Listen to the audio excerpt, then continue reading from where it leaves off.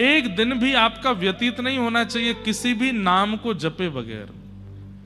कोई भी नाम जपिए, महामंत्र जपो, हरे कृष्ण कृष्ण कृष्ण हरे हरे। युगल मंत्र जपो, राधे कृष्ण कृष्ण कृष्ण राधे राधे। या फिर एक ही नाम जप लो, श्री राधा श्री राधा श्री राधा, श्री कृष्ण श्री कृष्ण, जो प्रिय लगे।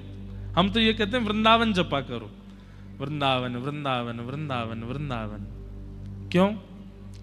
श्री किशोरी जी को जपोगे तो केवल किशोरी जी आमेंगी, ठाकुर जी को जपोगे तो केवल ठाकुर जी आमेंगे। लेकिन वृंदावन, वृंदावन जपेंगे तो गिरिराज जी भी आमेंगे, यमुना जी भी आमेंगी, रज भी आवेगी, गोपेश्वर महादेव भी आएंगे, सब आ जाएंगे। इसलिए वृंदावन जपो। पहली नाम निष्ठा, दूसरी तुलसी निष्ठा, तुलसी जी के प्रति निष्ठा, नित्य तुलसी आराधन या तुलसी धारण। और तीसरी है एकादशी निष्ठा। एकादशी कोई मनोकामना पूर्ति के लिए धारण नहीं की जाती है। एकादशी के पीछे कोई ऐसी भावना नहीं कि आप एकादशी करने लगेंगे तो आपके रोग दूर हो जाएंगे, आपकी माताजी स्वस्थ हो सकता है, नहीं होगा ऐसा नहीं कह रहे हैं, पर उसी के लिए नहीं करनी है एकादशी। एकादशी से यह लाभ भी हो सकता है कि आपके बड़े से बड़े रोग, बड़ी से बड़ी यात्राएं, बड़े से बड़े जीवन में आने वाले कष्ट, विपत्ति, आपदाएं भी दूर हो जाएं। एकादशी का वो बल तो है। पर एकादशी मूल रूप से किस लिए करनी चाहिए? भगवत प्राप्ति के लिए। हम सब ठाकुर जी को अर्पित करते हैं। कोई पुष्प चढ़ाता है, कोई भोग चढ़ाता है, कोई दक्षिणा चढ़ाता है, कोई वस्त्र चढ़ाता है, कोई ध्वजा चढ़ाता है, कोई सोने चांदी के छत्र चढ़ाता है। पर वास्तव में अपनी बहुमूल्य वस्तु ठाकुर जी को देनी चाहिए। ध्यान से सुनिएगा, व्यक्ति के पास सबसे ज्यादा बहुमूल्य क्या है? उसका जीवन। हमारा जीवन सबसे ज्यादा बहुमूल्य है। हम बीमार हो जाते हैं, तुरंत दवाई क्यों चाहिए? कि भैया कहीं का बड़ी रोग नहीं है जाए, जैसे जान चली जाए, प्राण बचाने। सबसे ज्यादा बहुमूल्य है व्यक्ति के पास उसके प्राण। आप कहोगे महाराज जी प्राण कैसे दें ठाकुर जी को? सुनो,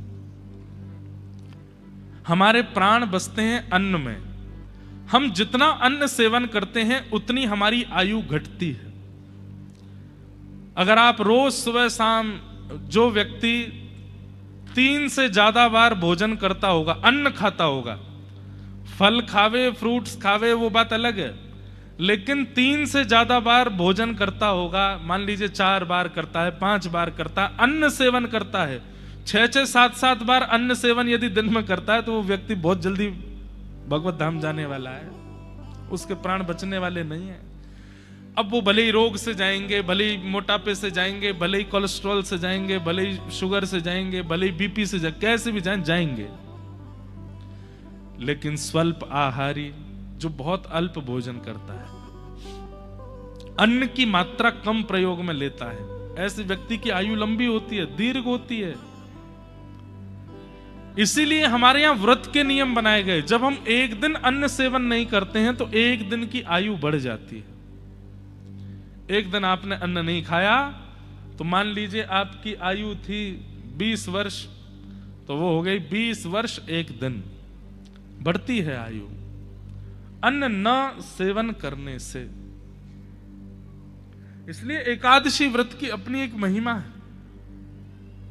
हम ठाकुर जी के लिए जब अन्न सेवन नहीं करते एकादशी पर, तो एक दिन की आयु जो हमें प्राप्त हुई है वो ठाकुर जी को हम निवेदित कर देते हैं। ठाकुर जी आपके चरणों में अर्पित है। तो एक प्रकार से एकादशी करना, एकादशी व्रत में निष्ठा रखना, वो एक वैष्णव की सबसे बड़ी उपलब्धि है भगवत सेवा में। इसलिए करनी, ये 3 निष्ठाएं जीवन में धारण कीजिए। तुलसी निष्ठा, नाम निष्ठा और एकादशी निष्ठा। अब यहां से रास पंचाध्यायी का प्रसंग प्रारंभ हुआ। भगवान पिता रात्रि शरदोत्फुल्ल मल्लिका विक्षरन्तु मनश्चक्रे योग मायामुपाश्रिता। बंधुओं, ये सब गोपियां, ये कोई श्रुति सिद्धा हैं, कोई साधन सिद्धा हैं, कोई ज्ञान सिद्धा है। देखने में वो गोपी है, देखने में वो एक व्रजवासी नारी है, पर वास्तव में ये पूर्व जन्मों से तप करते आ रहे भगवत प्राप्ति के लिए सब साधु महात्मा संत ही, विरक्त ही गोपी बन करके आए हैं। और इसका प्रमाण भी मिलता है कि दंडकारण्य वन में जिन ऋषियों को ठाकुर जी दर्शन नहीं दे पाए थे राम स्वरूप में, दंडकारण्य वन के समस्त वही संत ब्रजमंडल की गोपी बन करके आए। अंते यामति सागति, अंत में जो आप चिंतन करते हुए प्राण त्यागते हैं, अगले जन्म में आपको वो मिलता है। ये सब ऋषि महात्मा संत जो हजार वर्ष से तपस्या में बैठे हैं, उनकी तपस्या का केवल एक ही कारण है, एक ही मूलभूत है, भगवत प्राप्ति। और जब त्रेता युग में इनको ठाकुर जी नहीं मिले, तो ये अपने तप के प्रभाव से द्वापर में गोपी बन करके आए। इसीलिए जा दिन से ठाकुर जी को जन्म भयो है, वही दिनाते गोपी उनको प्रियतम रूप में देखती है। कोई 6 दिन के बालक को प्रियतम कैसे मान सकता है? कोई 3 वर्ष के बालक के प्रति प्रियतम भाव कैसे रख सकता है? कोई 5 वर्ष के बालक के प्रति पति की भावना कैसे कर सकता है? इसका मतलब क्या है? ये गोपियां ये सामान्य नहीं है, ये पूर्व जन्म के ऋषि हैं, संत हैं, और ये वर्षों से तप कर रहे थे ठाकुर जी की प्राप्त करने का। इस बार जब ठाकुर जी कृष्ण बन के आए और ये गोपी बन करके आए हैं, तो ये उसमें विक्षेप नहीं चाहते हैं, ये बस उनको प्राप्त करना चाहती हैं। और वास्तव में श्री कृष्णावतार जन्म जन्मों से तप कर रहे सब ऋषि महात्मा संतों के तपस्या का फल दिया है ठाकुर जी ने उनको। ये सब गोपियां कात्यायनी पूजन करती थी और श्री कृष्ण को पति रूप में मांगती थी। एक दिन ठाकुर जी चीरहरण कर ले गए। क्यों? क्योंकि प्रातःकाल ब्रह्म मुहूर्त में निर्वस्त्र स्नान करती थी, तो ठाकुर जी ने समझाया कि निर्वस्त्र मत नहाया करो, कोई मनचला व्यक्ति तुम्हारे वस्त्र ले गया तो। गोपियां बोली बात मत बनाओ, हमें मत समझाओ, हमें सब पता है क्या करना है। ठाकुर जी बोले कल को कोई और हरण करे, हम ही करके दिखा देते हैं। अगले दिन ठाकुर जी ने ही चीरहरण कर लिया। गोपियां सब बोली कृष्ण ये अच्छी बात नहीं है। ठाकुर जी बोले मेरी जगह कोई और करता तो? हमने समझाया था ना। और 2 कारण थे। पहला कारण कोई मनचला व्यक्ति वस्त्र ले जाए, और दूसरा कारण जल में ऐसे स्नान नहीं करते, वस्त्र धारण करके कोई वस्त्र अंग पर होना चाहिए तभी स्नान होना चाहिए, नहीं तो जल देव का अपमान होता है।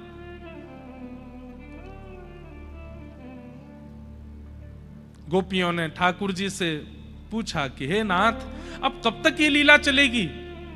हम सब जानते हैं आप साक्षात परमात्मा हो और हम युगों युगों से आपकी प्राप्ति के लिए तप कर रही हैं। कब मिलेंगे आप हमें? कब हमारी भावनाओं को स्वीकार करेंगे आप? ठाकुर जी बोले शरद पूर्णिमा प्रतीक्षा करो और उस दिन हम जरूर मिलेंगे। ठाकुर जी ने शरद पूर्णिमा की आज्ञा कर दी। आज जैसे ही शरद पूर्णिमा का चंद्रमा उदित हुआ, कार्तिक मास चल रहा है और सब गोपियां अपने अपने घरों में कोई कोई काम कर रही है। कोई गौ दोहन कर रही है, कोई भोजन बना रही है, कोई अपने बालक को सुला रही है, कोई अपने पति को भोजन करा रही है, कोई श्रृंगार कर रही है, कोई स्नान कर रही है, कोई वस्त्र पहन रही है। और उसी समय चंद्रमा उदित हुए। अब चंद्रमा उदित होते ही गोपियों का मन रूपी मयूर तो नृत्य करने लगा कि ये वही तिथि है जिस तिथि में कृष्ण ने मिलने की आज्ञा की है। पर हम कैसे जाएं, कहां जाएं? और हम नंद भवन चली भी जाएं, कहीं डांट फटकार के यशोदा मैया ने भगा दिया तो? एक बार कृष्ण बुला ले तो जाएंगे। सब गोपियां तत्पर बैठी हैं कि बस एक बार कृष्ण बुला ले। इतने में ही वंशी बजाई ठाकुर जी ने। मधुर वन में जाकर के वृक्ष के नीचे बैठकर के जैसे ही वेणुनाद किया, वेणुनाद तो रोज होता था और रोज ठाकुर जी की वंशी सुनकर के सब मंत्रमुग्ध हो जाते थे। लेकिन आज की वंशी में कुछ विशेष है। क्या विशेष है? शब्द। 2 बातें हैं, स्वर और शब्द। स्वर केवल धुन होती है, उसमें शब्द नहीं होते। वंशी में शब्द नहीं होते हैं, केवल धुन होती है, केवल स्वर होता है। लेकिन आज की वंशी कुछ विचित्र है। क्यों? क्योंकि धुन के साथ साथ शब्द भी आया है, और ये शब्द सबको सुनाई नहीं दिया है। बहुत ध्यान से सुनिएगा। धुन तो सबको सुनाई दे रही है कि ओहो कन्हैया वंशी बजा रहा है, नंद जी को लाला वंशी बजा रहा है। अच्छा एक बात बताएं, जब ठाकुर जी संध्या में वंशी बजाते थे ना, पूरे व्रजमंडल में सन्नाटा, सब अपनी क्रियाएं करते रहते थे, लेकिन सब मौन हो जाते थे। क्यों? वंशी बज रही है लाला की। कोई बात भी करते थे ना तो ऐसे बिना स्वर निकाले, जो फुसफुसाना बोलते ना, ऐसे बात करते थे। क्यों? कृष्ण वंशी बजा रहा है, सुनो। गाय चारा चरते चरते मुख रोक देती थी, ठाकुर जी की वंशी सुनाई दे रही है। कहां तक कहें, तेज व्यार बहती थी हवा की, और उसके कारण वृक्षों के घर्षण की आवाज भी जो होती थी ना, वो भी शांत हो जाती थी। पक्षी चहकना बंद कर देते थे। अरे गैया भी गौशाला में अपने रूप को हिलाती नहीं थी। क्यों? कहीं गले की घंटी बज ना जाए, कृष्ण वंशी बजा रहे हैं। लेकिन आज की वंशी में स्वर है और शब्द भी है, पर वो शब्द सबको सुनाई नहीं दे रहा, केवल उन गोपियों को सुनाई दे रहा है जो रास की अधिकारी है। बहुत ध्यान से सुनिएगा। हजारों लोग कथा में आते हैं और हजारों लोग एक जैसी कथा सुनते हैं, आगे बैठने वाले व्यक्ति से लेकर पीछे बैठने वाले तक, लेकिन उस कथा का प्रभाव हजारों में से केवल 5 के ऊपर होता है। भाग्यनगर की इस कथा को हजारों लोगों ने सुना, लेकिन परिवर्तित होके जाने वाले लोग 4 से 5 ही होंगे। और वे 4 से 5 कौन हैं? 4 से 5 वो हैं जिनको ठाकुर जी ने, जैसे अभी आप सुन रहे हैं, और सुनकर के आपके अंदर कोई विशेष अंतर नहीं हुआ, कोई फर्क नहीं पड़ा, जैसे पहले थे वैसे ही हो, तो आप ये समझो कि आपको स्वर सुनाया ठाकुर जी ने। लेकिन पहले दिन जैसे थे, 7वें दिन वैसे नहीं रहे हैं। आप खुद नहीं समझ पा रहे हैं कि ये परिवर्तन क्यों हो रहा है, तो इसका मतलब वही रास की वेणु व्यास के मुख से आपने सुन ली है, जिससे वो परिवर्तन आ गया है, और वो सबको नहीं सुनाई देती। एक होता है कि आपको हमने कहा प्याज लहसुन मत खाना, अब आप क्या कर रहे हैं? जबरदस्ती मन मार रहे हैं। इच्छा तो बहुत हो रही है, पर जबरदस्ती मार रहे हैं। क्या गए, गुरु जी ने मना किया है, महाराज जी मना करके गए, ये बोल रहे हैं। एक होती है ये बात, और दूसरी क्या है? हमने कहा मत खाना, और आप जब गए, आपके सामने जब प्रस्तुत किया गया तो अपने आप ही घृणा आ गई, इच्छा नहीं है। पता नहीं क्यों खाया भी तो जीभ से अंदर निगला नहीं गया। एक होता है खुद को अपने आप परिवर्तित करना, और एक होता है भीतर से कुछ हुआ कि आप अपने आप बदल गए। वो है रास की वंशी। कथा भी एक वंशी है, वेणु है। मैं कौन हूं? मैं भी एक वंशी के समान हूं। आपके सामने रोज 4:30-5 बजे से बजना शुरू हो जाता हूं, 7:30-8 बजे तक बजता रहता हूं, लेकिन कई लोग केवल स्वर समझ के चले जाते हैं, कोई परिवर्तन नहीं होता। यहां से बाहर निकलने के बाद भी वैसे ही रहते हैं, पर कई स्तब्ध हो जाते हैं, नेत्रों के आंसू नहीं रुक पाते उनके, रातों की नींदें उड़ जाती हैं, अपने जीवन में परिवर्तन की स्थिति, व्याकुलता आ जाती है कि कृष्ण कैसे मिलेंगे। उनको स्वर नहीं सुनाई दिया था, उनको शब्द सुनाई दिया। कईयों के लिए व्यास ये सुंदर होना चाहिए। व्यास जी के लटके झटके कैसे हैं, चलते कैसे हैं, बैठते कैसे हैं, उठते कैसे हैं, खड़े कैसे होते हैं, गाते कैसे हैं, उनका ध्यान इसी पे ही रहा है। पर कई व्यास से कथा सुनकर के श्री कृष्ण के हो जाते हैं, प्रभु का साक्षात दर्शन उनको होने लग जाता है। और जिनको भगवत आराधन, भगवत दर्शन हुआ हो, समझो वही वो गोपी है जो उस रास में रह गई थी तो इस कथा रास में स्वीकार कर ली गई है, यहां चुन लिया गया उसको।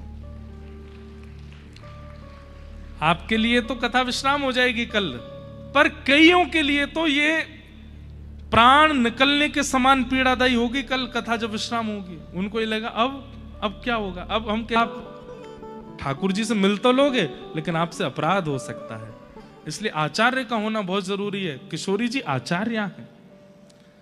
गोपियों ने किशोरी जी के चरणों में जाकर के प्रार्थना की, हे सुन राधिका दुलारी,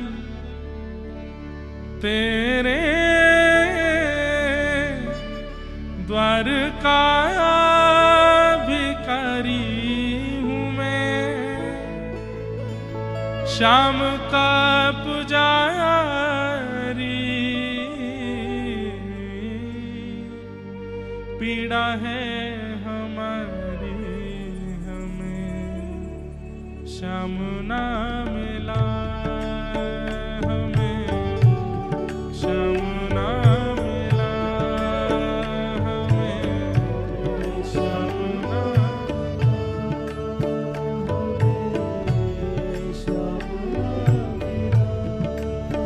हे सुन राधिका दुलारी, सुन राधिका दुलारी, तेरे द्वार का भिखारी, तेरे द्वार का भिखारी, तेरे श्याम का पुजारी,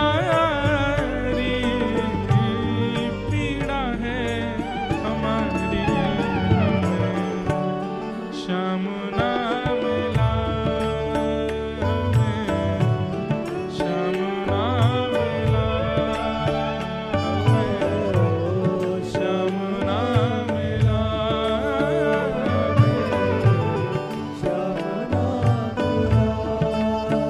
हम सोचते थे कान्हा कहीं उलझन में होगा, सोचते थे कान्हा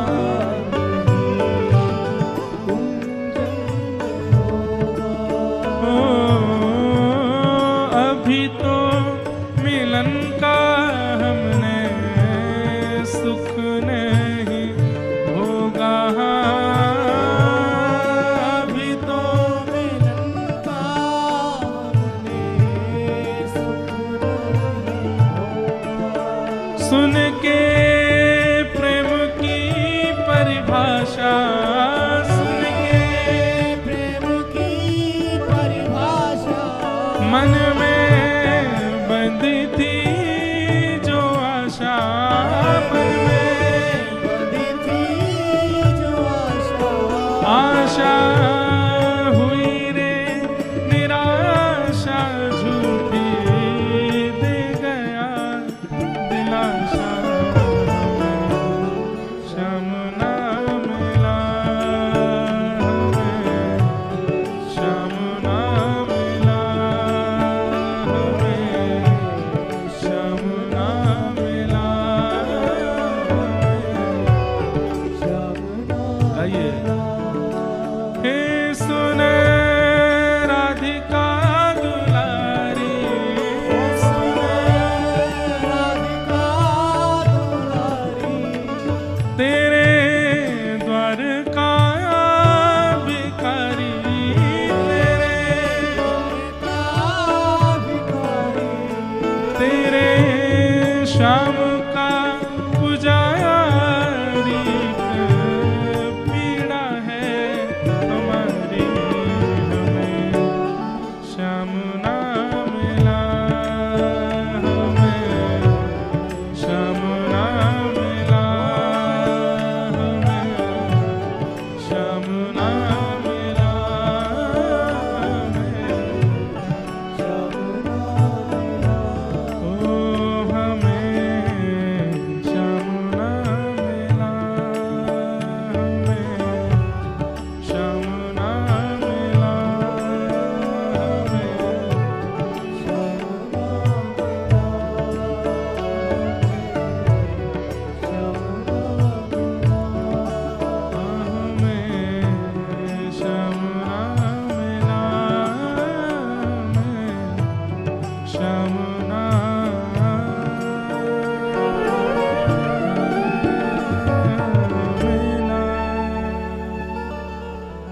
रह आतुर गोपियां रुदन करने लगी। और तब किशोरी जी की कृपा से गोपियों ने गीत गाया। कृष्ण को पाना है तो गाना पड़ेगा, और गाना ही पड़ेगा। जिसने भी गाया है उसी ने पाया है, और जिसने पाया है गा करके ही पाया है, इसलिए गाना तो पड़ेगा। स्वर की आवश्यकता नहीं, राग की आवश्यकता नहीं, भाव और अनुराग की आवश्यकता है। भाव और अनुराग से युक्त होकर के जब व्यक्ति गाता है तो कृष्ण आते हैं। हमारे ठाकुर जी की एक ही कमी है, कान के कच्चे हैं बस। आप कितनों भी सुंदर भोग सामने रख दो, मुंह में पानी आ जाएगा, फिर भी ठाकुर जी कंट्रोल कर लेंगे। कितना भी सुंदर नृत्य कर लो, नेत्रों में इच्छा तो प्रकट होगी कि बाहर निकल के या तो मिले आऊं, लेकिन फिर भी कंट्रोल कर लेंगे। कितना भी सुंदर इत्र लगा दो, श्रृंगार कर दो, तो भी ठाकुर जी कंट्रोल कर लेते हैं। लेकिन जब आप गाते हो तब ठाकुर जी से नहीं रुका जाता, वो कान से नहीं रुक पाते। इसलिए मैं तो कहता हूं कथा में, आपको स्वर मिला है, आप बोल सकते हो, ये कृपा है। लेकिन अगर आप गा सकते हो ना, तो ये बहुत बड़ी कृपा है,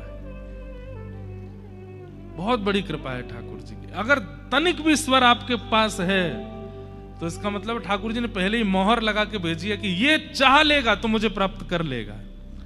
लेकिन स्वर वालों को भी ठाकुर जी एक दोष दे देते हैं। काय का दोष?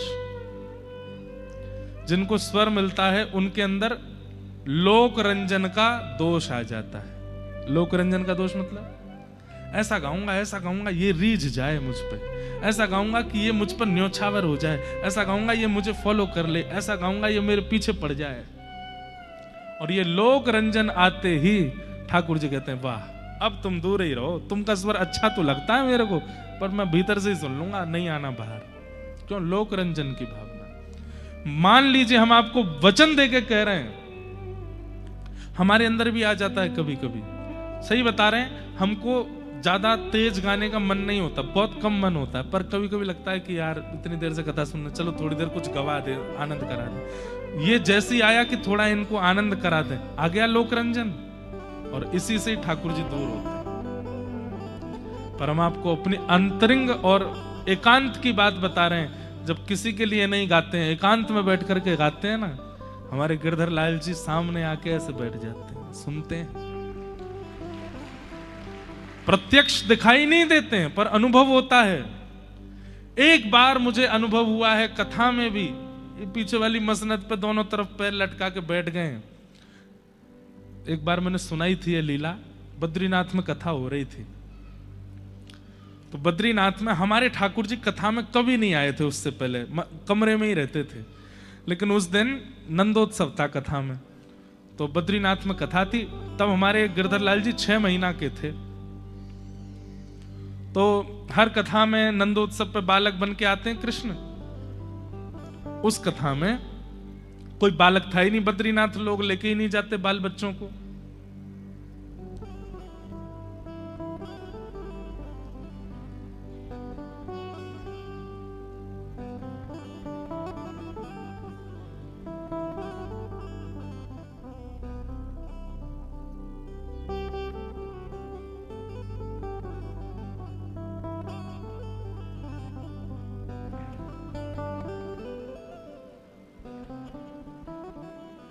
क्या बता रहा था मैं? हाँ, बद्रीनाथ में सुनो ये लीला। तो बद्रीनाथ में कोई बच्चे को कृष्ण, कोई आए नहीं थे बच्चे, तो किसको कृष्ण बनाए? अब यजमान बोले महाराज जी कुछ तो करो। तो हमने कि अपने लाल जी को बुला लें आज पहली बार। तो पिट्ठू होते हैं ना जो बद्रीनाथ में चल नहीं पाते, उनको पिट्ठू लेके चलते हैं 2 लोग, पालकी जैसी होती है, वो पालकी मंगवाई, गंगा जल से धोई, उसको सजाया।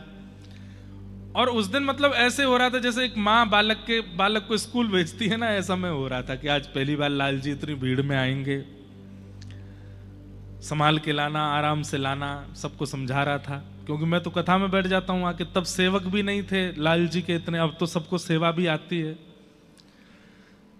तो जैसे ही ठाकुर जी आए कथा में, मैं बहुत चिंता में था कि ठीक तो होंगे, गिरा तो नहीं गए होंगे, कुछ हो तो नहीं गया होगा।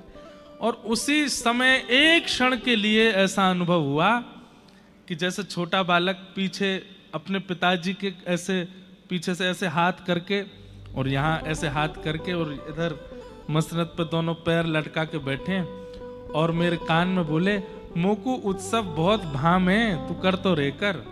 वो उत्सव बहुत अच्छे लगे। और बस वो आज भी संस्कार या आस्था चैनल पे लाइव थी कथा, आज भी है। मैं थोड़ी देर के लिए निर्वाक हो गया। 2019 की बात है और हमने उसी समय बिना किसी से बात किए घोषणा कर दी कि अब प्यारे गिरधर लाल जी का प्रथम जन्मोत्सव जनवरी में मनाया जाएगा। तो पहला जन्मोत्सव नाथद्वारा में मना था और उसके बाद हमारे लाल जी उत्सव प्रिय हैं, उत्सव होते ही रहते हैं उनके। ऐसे 2-4 बार अनुभव कराए हैं, पर विशेष रूप से अपने ठाकुर जी का अनुभव करना हो ना, गाओ और क्षमा करना कान पकड़ के। अगर किसी के पास स्वर नहीं है और वो चिंता करे हम कैसे गावें, तो बाकी लोग तो भाग जाएंगे आपका स्वर सुन के, ठाकुर जी नहीं भागेंगे, उनको सुना सकते हो आप। और क्या पता गाते गाते काउदना ठाकुर जी ने ठीक कर दियो स्वर और ऐसा स्वर प्रकट हुआ कि अब सब उस स्वर को सुनते हैं। तो कंठ यदि किसी के पास है, स्वर यदि किसी के पास है, वो एक बात का ध्यान रखे, अगर लोक रंजन की भावना सर्वथा उसके अंदर से निकल जाए तो वो अपने स्वर से ईश्वर को प्राप्त कर सकता है। उसको फिर और किसी साधन की आवश्यकता नहीं है। पर यह बहुत मुश्किल है। आपके अंदर कोई गुण आ जाए, कोई कला आ जाए और उस कला के प्रति आपकी लोक रंजन की भावना ना हो, ऐसा हो ही नहीं सकता। इसीलिए सब लोग फंस जाते हैं लोक रंजन। गोपियों ने गाया और किसी को सुनाने के लिए नहीं, कृष्ण को सुनाने के लिए गाया। तब कथामृतम तप्त जीवनम कभी भी रेडितम कल्मषापहम श्रवण मंगलम श्रीमदाततम भुवि गृह्णन्ति ते भूरिदा जना। एक बात हमारी सुन लीजिए, गोपी गीत याद कर लीजिए। आपको कथा सुनना अच्छा लगता है, वृंदावन जाना अच्छा लगता है, तिलक लगाना अच्छा लगता है, ठाकुर जी के भजन कीर्तन अच्छे लगते हैं, राधाष्टमी जन्माष्टमी उत्सव अच्छे लगते हैं, होली अच्छी लगती है, तो अब वह भी याद कर लीजिए जो ठाकुर जी को बहुत अच्छा लगता है। और वो है कम से कम गीत गोविंद का श्रित कमला कुछ मंडल और श्रीमद् भागवत का गोपी गीत, ये दो तो आपको कम से कम याद होने चाहिए। और ये रोज याद करके अपने ठाकुर जी को सुनाओ और शयन के समय सुनाओ। गोपी गीत भी सुनाओ और गीत गोविंद भी सुनाओ। ठाकुर जी को कल की कथा में गीत गोविंद गाएंगे और कल गीत गोविंद से प्रारंभ करेंगे। बहुत प्रिय है महाप्रभु जगन्नाथ जी को, इतना प्रिय है कि ठाकुर जी आसन छोड़ के आते हैं सुनने के लिए। ऐसे ही गोपी गीत भी ठाकुर जी को बहुत प्रिय है।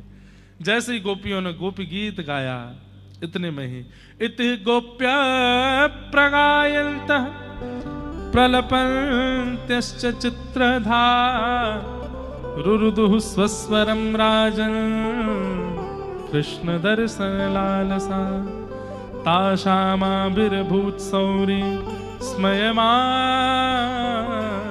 मुखाम्बुज पीताम्बरधर श्रग्वी साक्षान् मन्मथ मन्मथ।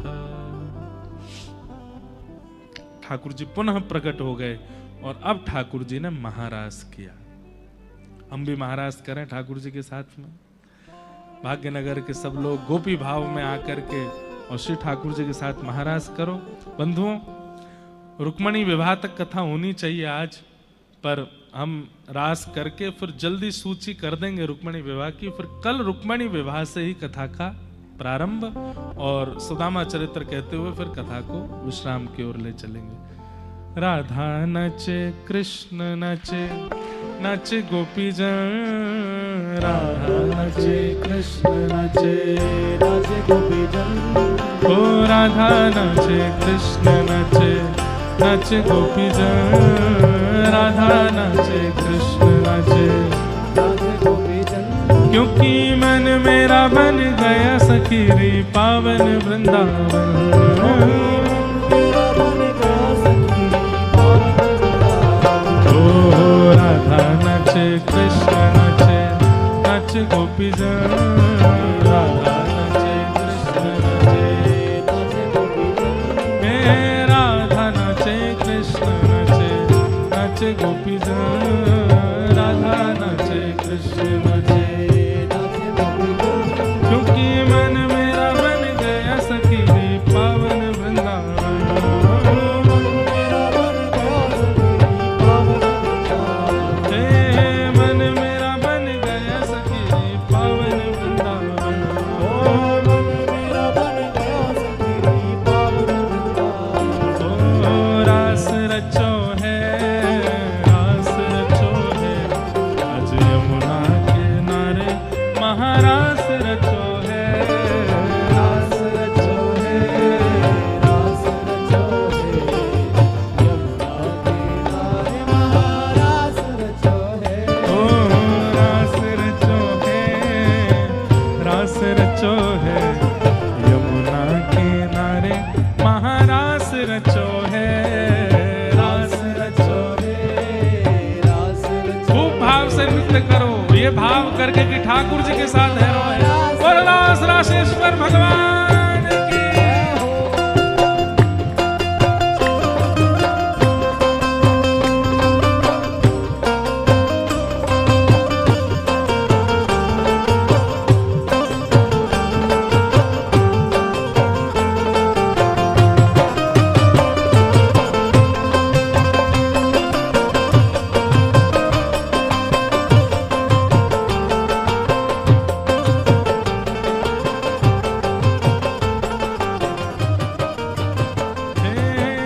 चंद्र किरण सा श्याम सलोना, दो आंखें कजरारी। किरण सा श्याम सलोना, दो आंखें कजरारी। ठुमक ठुमक नाचे गोपियन के संग, जग का पालन हारी। ठुमक नाचे गोपियन के संग, जग का पालनहारी। रास बिहारी संग राधा सुकुमारी। रास बिहारी संग राधा सुकुमारी। रास बिहारी संग राधा सुकुमारी। रास बिहारी संग ब्रज में विराजे रे, श्याम संग राधा नाचे रे।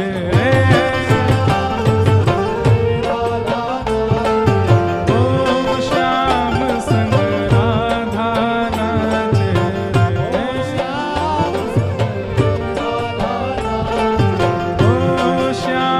संग राधा नाचे रे।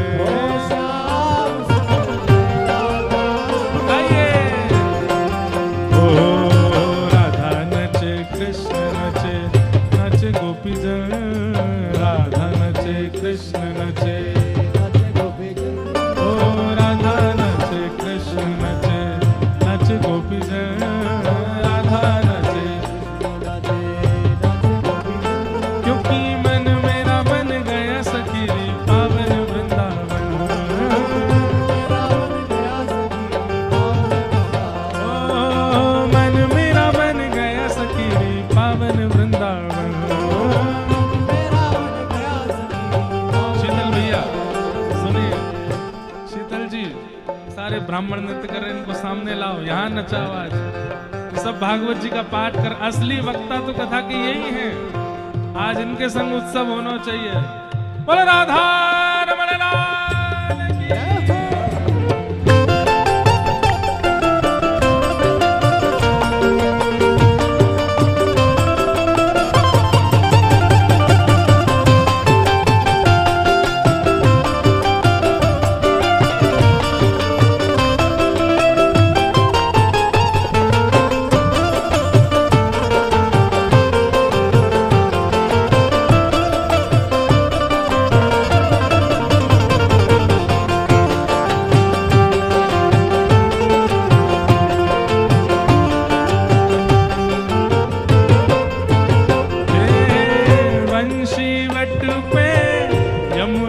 तट पे कान्हा रास रचावे।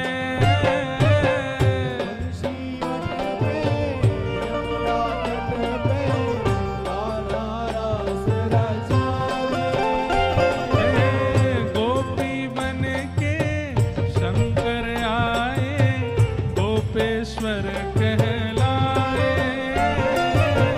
गोपी बन के शंकर आए, गोपेश्वर कहलाए। ओ डम डम डमरू बाजे कान्हा की मुरली पे, डम डम डमरू बाजे। हाँ डम डम डमरू बाजे कान्हा की मुरली पे, डम डम डमरू बाजे। ओ जग सारा नाचे रे, श्याम संग राधा नाचे रे। ओ श्याम संग श्यामा नाचे रे। श्याम संग श्यामा नाचे। ओ राधा नाचे कृष्ण नाचे, नाचे गोपी जन। राधा नाचे कृष्ण नाचे, ओ राधा नाचे कृष्ण नाचे, नाचे गोपी जन। राधा नाचे कृष्ण नाचे, क्योंकि मन मेरा मन गया सखी रे श्याम वृंदावन। मेरा मन गया सखी पावन वृंदावन। ओ मन मेरा मन गया सखी रे पावन वृंदावन। मेरा मन गया सखी पावन वृंदावन। ओ रास रचो है, रास रचो है, आज यमुना किनारे महारास रचो है।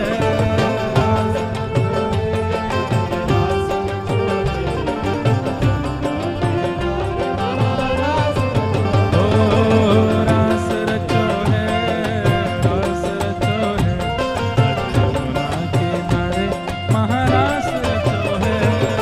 रास रचो है, रास रचो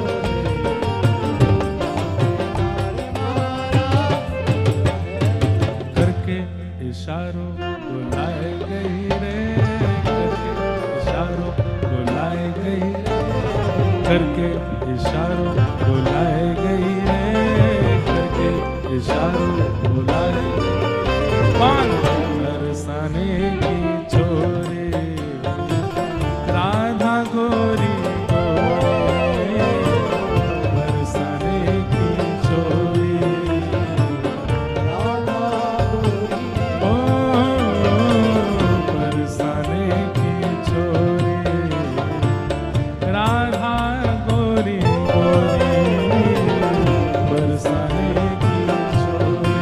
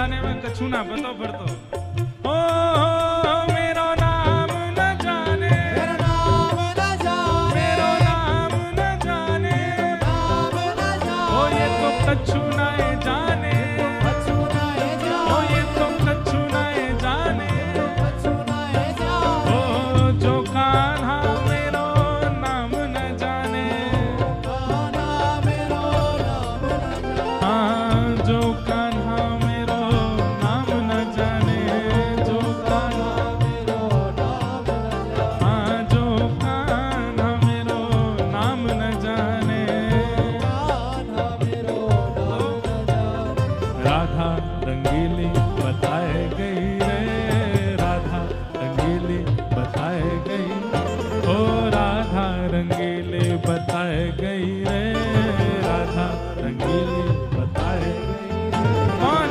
बरसाने की चोरी राधा गोरी गोरी बरसाने की चोरी राधा ओ बरसाने की छोरी राधा गोरी गोरी बरसाने की छोरी राधा जय जय श्री राम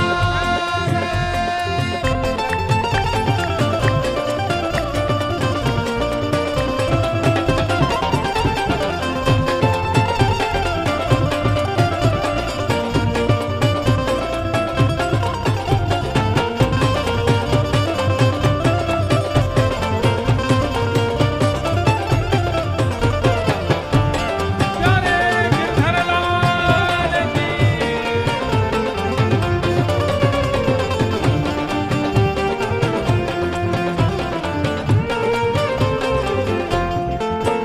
ओ सब सखियन में देखो इतनी सारी सखियां हैं। यहाँ पे आज कोई पुरुष ना है, सब सखी हैं।